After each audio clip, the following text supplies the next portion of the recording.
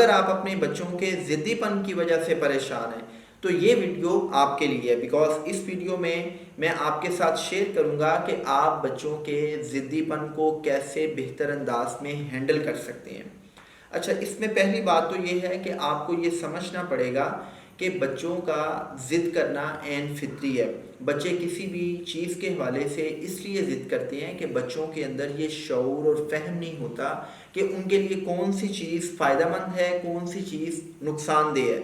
सो बच्चे अपनी super ego की वजह से ज़िद करते हैं। बच्चे ज़िद इसलिए करते हैं कि उनके अंदर ऐसी ईगो होती है कि वो अपनी मर्ज़ी और मंशा के खिलाफ जब भी कोई काम होता हुआ देखते हैं तो वो उसको चीख के चिल्ला के रजिस्ट करते हैं। सवाल ये पैदा होता है कि इसको हैंडल कैसे किया जाए। अब हैंडल करने के हवाले से मैं आपको दो टेक्निक्स बता रहा हूँ।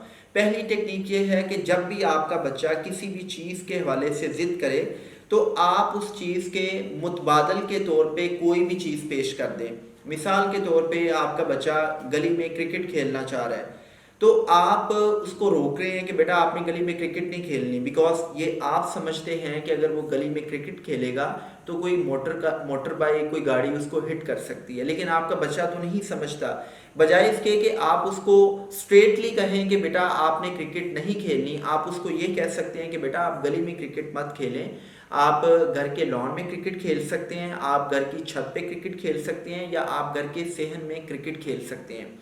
अगर आपके पास कोई मुतबादल ऑप्शन नहीं मौजूद तो फिर आपने बच्चे को रीजनिंग देनी है, फिर आपने बच्चे को मना करने की डिटेल्ड वजह बतानी है। मसला ये होता है कि हम अथॉरिटेरियन एटीट्यूड का मुजाहरा करते हुए बच्चे को स्ट्रेटली मना करते हैं, और जब बच्चे को स्ट्रेटली मना किया जाता है तो बच्चे की सुपर ईगो हर्ट होती है, बच्चा रेजिस्ट करता है। आपने करना ये है कि जब भी चले कोई बात नहीं बेटा, आपने करना यह है कि जब भी आपने अपने बच्चे को मना करना है किसी चीज़ से तो आपने उसका लॉजिक, उसकी रीजनिंग ज़रूर देनी है।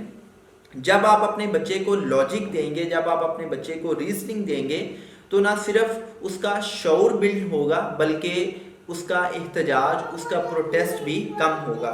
दूसरी बात यह है कि अगर आपका बच्चा रीजनिंग देने के बावजूद, मुतबादल देने के बावजूद भी जिद कर रहा है, वो चीख रहा है, वो चिल्ला रहा है, तो फिर आपको मैं $1 मिलियन की एक टेक्निक बताने लगा हूँ। और वो टेक्निक ये है कि मिसाल के तौर पे आप मार्केट में गए हैं, आपका बच्चा कहता है कि जी मैंने इमली खानी है, या आपका बच्चा कहता है कि जी मैंने आइसक्रीम खानी है जबकि उसका गला खराब है, आपका बच्चा कहता है कि जी मैंने ये पॉपकॉर्न खाने हैं, आपका बच्चा कहता है कि जी मैंने फ़लाँ महंगे वाला खिलौना खरीदना है। अब आप उसको ये चीज़ें नहीं लेके देना चाह रहे बिकॉज आप समझते हैं कि ये चीज़ उसकी सेहत के लिए नुकसानदेह है, या जो चीज़ ये डिमांड कर रहा है मेरी पॉकेट अफोर्ड नहीं कर सकती।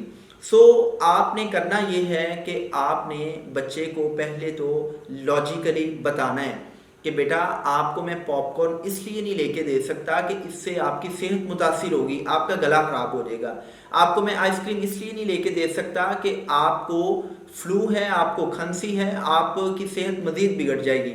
अच्छा, अगर तो आपका बच्चा समझ जाता है तो इट्स फाइन, अगर वो नहीं समझता तो इसका मतलब ये है कि वो चीखेगा, वो चिल्लाएगा, आपने इसकी ज़रा बराबर भी परवाह नहीं करनी।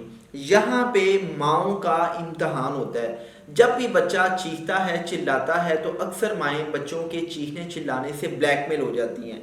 वो ये समझती हैं कि अगर बच्चा चीख रहा है, बच्चा चिल्ला रहा है, तो इसका वाहिद हल ये है कि बच्चा जो चीज़ डिमांड कर रहा है बच्चे को वो चीज़ प्रोवाइड कर दी जाए। आपने उस वक्त सब्र का मुजाहरा करना है और आपने बच्चे की सेल्फ इस्टीम को डैमेज किए बगैर उसकी इज्जत नफ्स का ख्याल रखते हुए उसको इंतहाई अदब के साथ, इंतहाई इज्जत के साथ ये बताना है कि बेटा, मेरी बेटी, आप जितना मर्जी रोएं, आप जितना मर्जी चीखें चिल्लाएं, मैं आपको फ़लाँ चीज़ नहीं लेके दूंगी, मैं आपको आइसक्रीम नहीं लेके दूंगा।